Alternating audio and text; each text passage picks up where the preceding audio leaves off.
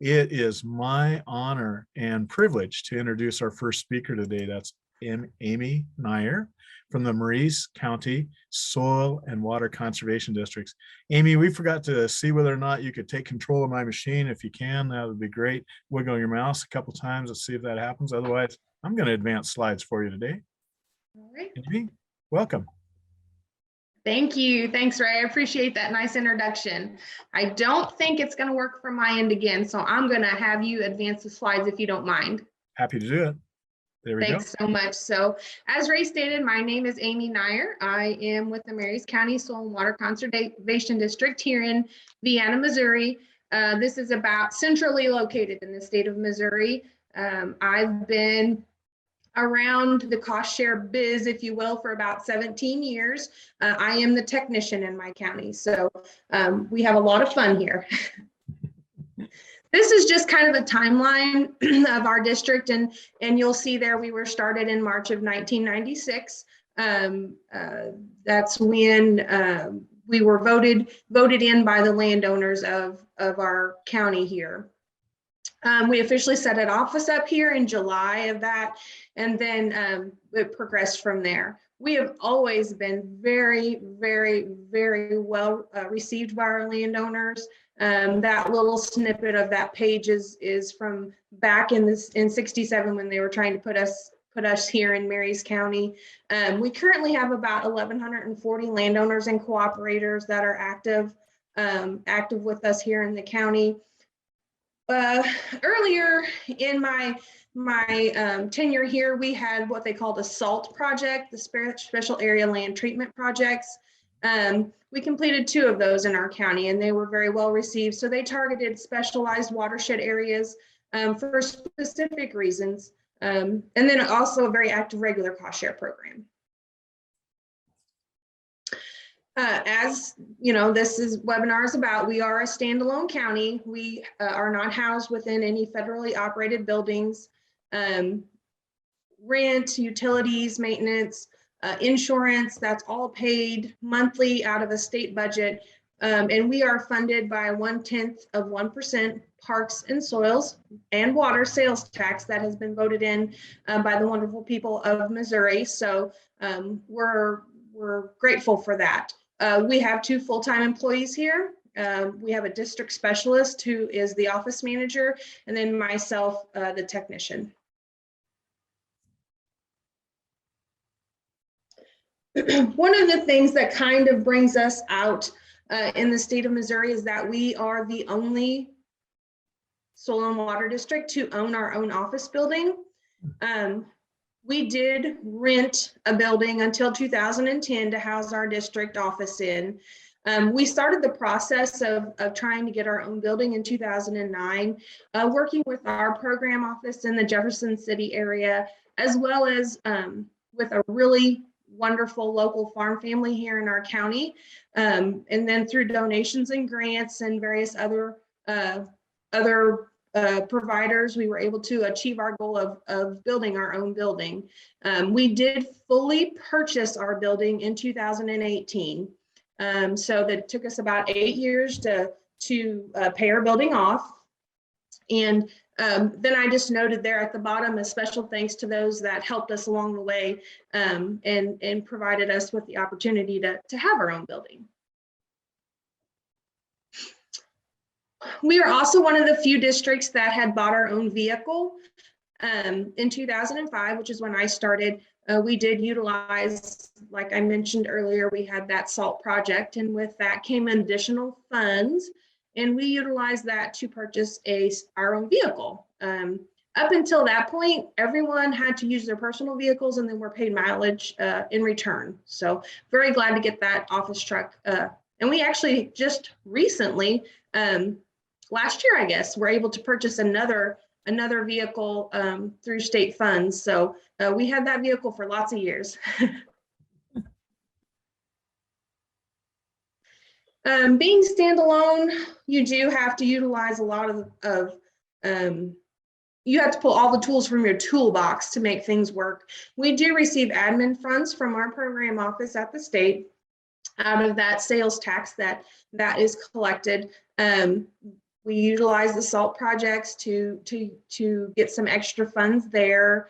But we also have some local money here in our office that we raise. And in our county, we are not digitized at our assessor's office. And so we have been very fortunate to do the plat book project. So we have that hired out. They have a company that comes in and maps all the land and then provides us with the book to sell to our landowners. It goes over very well. We do have some rental equipment. Right now we have 3 no-till drills. So when they're busy, we're busy. That's for sure, but it's a great asset to us here in our county. We've had a lot of extra or additional rental equipment.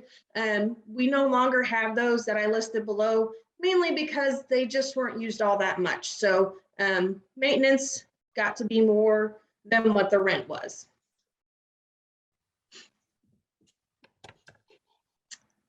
This is one of my favorite slides. I like to think that we're a very successful district.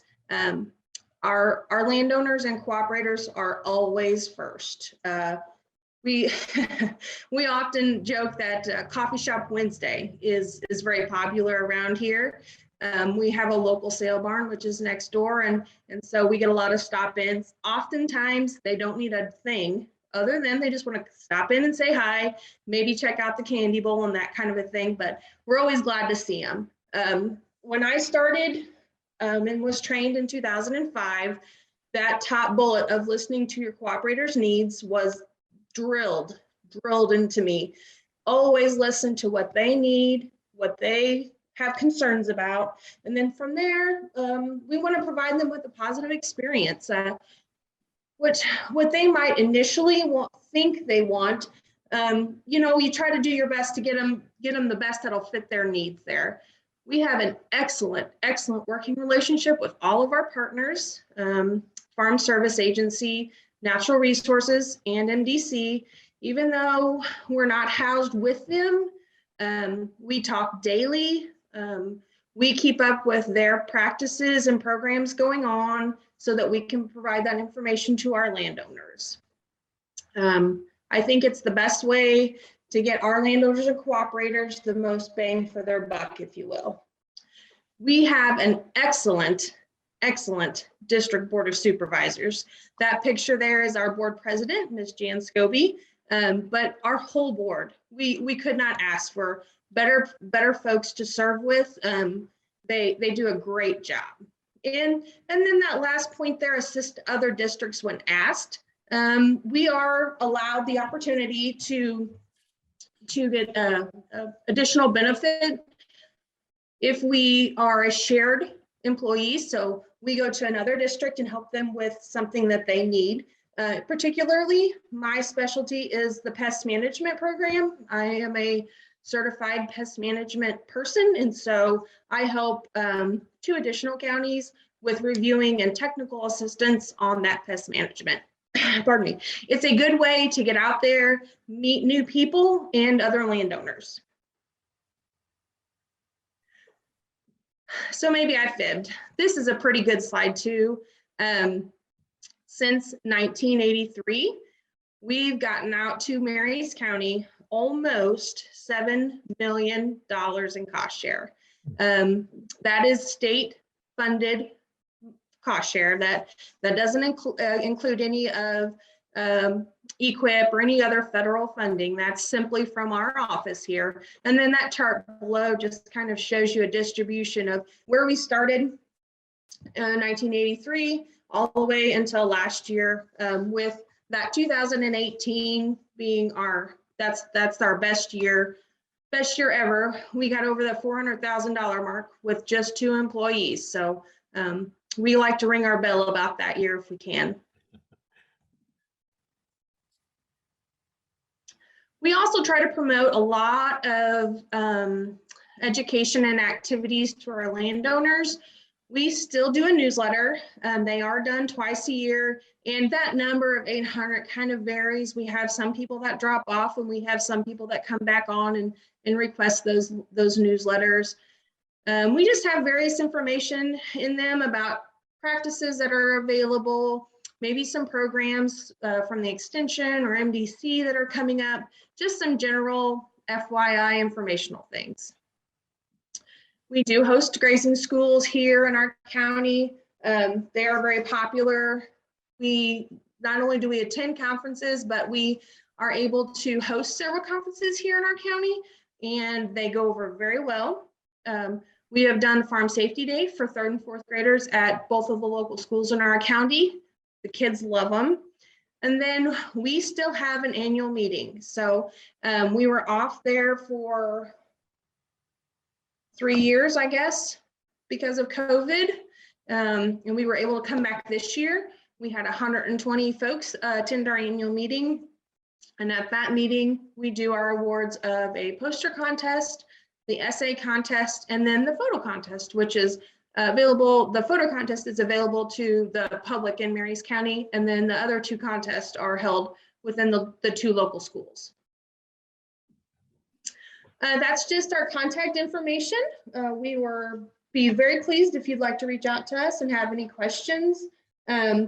I have to say, I don't know there's a whole lot of drawbacks for us personally being standalone. We've kind of learned how to utilize what we have and work within our means. Like I said, we have a very, very good working relationship with the other districts and the other federal and state departments. So we can't really complain. We did mention something earlier about COVID, and that was one thing that I didn't really put in the slides, but we were able to service our customers.